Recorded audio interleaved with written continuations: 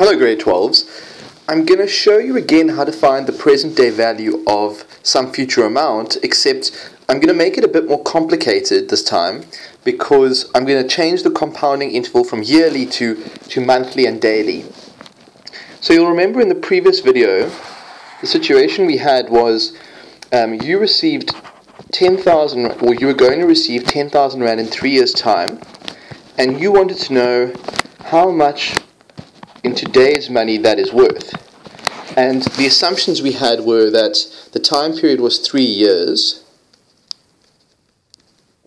and the interest rate was 10% per annum and the compounding interval was yearly. Now what I'm going to do is I'm going to change that to monthly. We also had something else. We had a formula that we use. I'm going to use it from scratch here to find the present value, day value of some future amount of money. Now if you're confused about that formula, you can always use the original compound growth formula, A is equal to P1 plus I to the power of n, and then just work it backwards if you look at the previous video, but for now I'm going to use this. So, how much is 10,000 Rand worth, okay, in today's money if it is compounded monthly? Now it's going to look a little bit different because instead of going in jumps over here, I'm actually going to have 1, 2, 3, 4, 5, 6, 7, 8, 10, 11, 12. I'm going to have 12 compounding intervals in the first year going backwards, and then 12 more for the next year and 12 more for the next year. So you can imagine the compounding intervals will add up and the number of time periods applicable will be different. So let's just look at how it'll look. So my future value is 10,000 Rand still. The interest rate is going to change now. It used to be 10%, well it's still 10%, but it's no longer compounded yearly, it's compounded monthly. And this interest rate that we're given, the nominal interest rate, is per annum. So what I'm going to do is I'm going to take that interest rate and divide it by 12.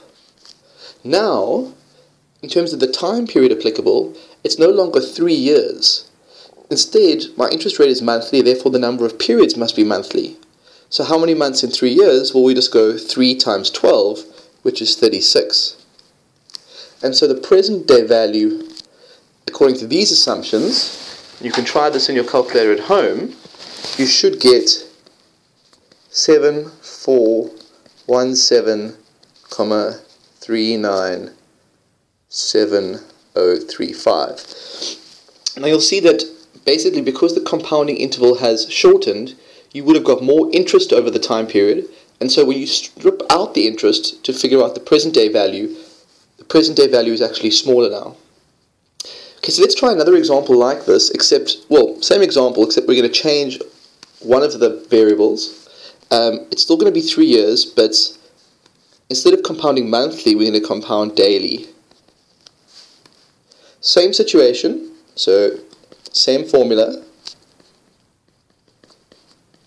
We call it the present value formula for an amount, and we can know that we start with 10,000, but now the interest rate is going to change because we compound daily.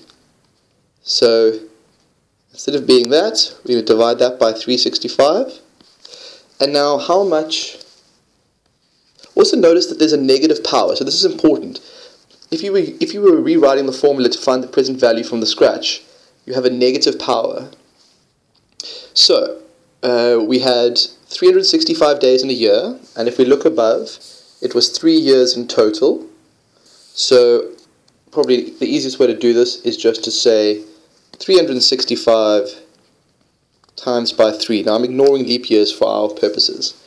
So, if you put this into your calculator, what is the present value of your 10,000 Rand in 3 years' time today? And we are going to get 7408,486603. Now in practice we probably would round, but we'll ignore that for now. So essentially we can see that we can use the present value formula pretty efficiently to figure out the amount of some future amount of money today by just taking the interest out by working backwards in the compound interest formula. Now this is going to be very useful for when we try to find the present value of an annuity. So an annuity is a series of fixed payments over time, and we're going to want to present value every single one of those payments to figure out the present value of the overall annuity. I'll cover that in the next video.